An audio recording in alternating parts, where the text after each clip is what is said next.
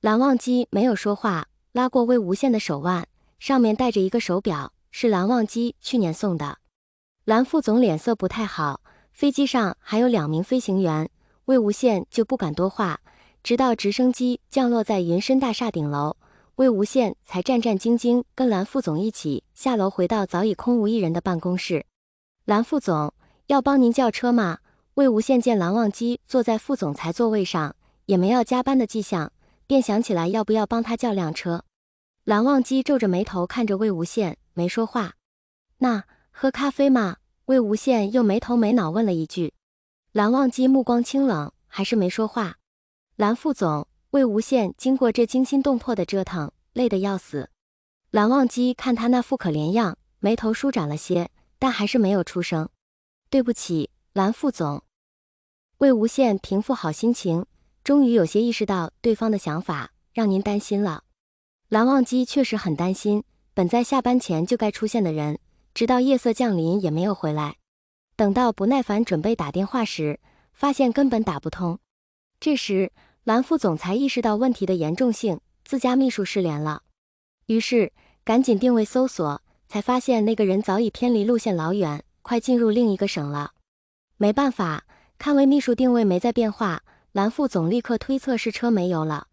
怕自家秘书胆子小，立马又联系直升机去接。魏无羡在路上折腾，蓝忘机也在家里折腾。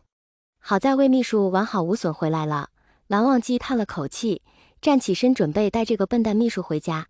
下次不要一个人乱跑。蓝忘机责备了一句。谢谢您，蓝副总。魏无羡见蓝忘机要走，便跟在身后。不用说谢。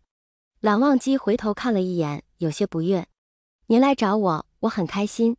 魏无羡低着头小声说道，我当时很害怕，以为一晚上都会困在那里。现在呢？蓝忘机低声问道。有蓝副总在，就不怕。魏无羡冲着蓝忘机笑了笑，眼角却湿漉漉的。魏秘书真的很笨。蓝忘机忍不住伸出手捏了捏魏无羡的脸颊，准备去拿备用车钥匙。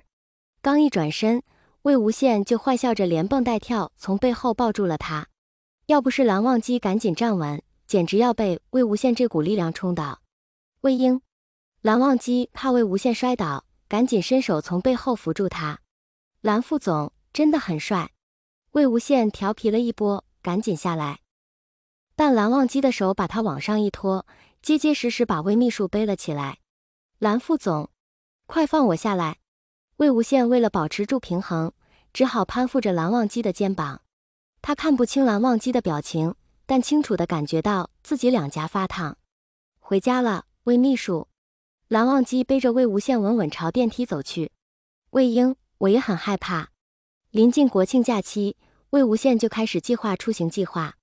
往年长假，魏无羡都会被蓝忘机拖着加几天班，然后回自家民宿帮忙。蓝湛，假期怎么安排呀？魏无羡把蓝忘机要的资料放在桌上，侧身就坐到人腿上，2条胳膊顺势揽住蓝忘机的脖子，一套动作行云流水，自然无比。魏婴，蓝忘机责备地看了对方一眼，却不由自主伸手揽住自家秘书劲瘦的腰身。加几天班？魏无羡明知从前蓝忘机是为了留住他才找借口加班，此时又忍不住拿这个话题来调侃自家副总。蓝副总将下巴搁在魏秘书肩上，鼻尖抵着魏秘书细嫩的脖颈，声音又低又慈，随魏秘书安排。真加班了？魏无羡把蓝忘机一推，生气道。不加班。蓝忘机握住魏无羡的侧腰，不轻不重揉了2下，魏无羡便软了骨头似的靠在蓝忘机胸前。想去哪里？长假到处都是人，但是待家里又觉得浪费。魏无羡纠结道，我也不想回民宿，这几天旺季，去了我妈也没空搭理我。蓝忘机抱着魏无羡，见这人委屈巴巴的，忍不住低头在秘书额头和脸颊落下几个吻。商量正事呢，蓝副总。魏无羡嘴上拒绝，又忍不住勾住蓝忘机脖子回吻了过去。蓝副总对魏秘书的表现似乎有些满意，便开口道，蓝家长辈在各地都有休养处，不会有别人。是没别人，那要是去了碰到你家老头怎么办？不，你家长辈。魏无羡赶紧捂住嘴，连忙又改口，不，我们家长辈。国庆他们一般不会出去，定了地方，我可以去问。蓝忘机考虑得很周全。那太好了。魏无羡说，准备推开蓝忘机回秘书室，但蓝副总抱着魏秘书，没有放开的意思。现在是上班时间，蓝副总。魏无羡提醒道，这里是副总裁办公室。蓝忘机一脸理所应当，我还要去规划路线呢。正好桌上内线电话响起，魏无羡赶紧起身溜了。回家再亲呐。魏无羡拿到蓝家长辈休养处的内部资料，开始研究去哪里玩好。白天工作忙，魏无羡只好拿回家看。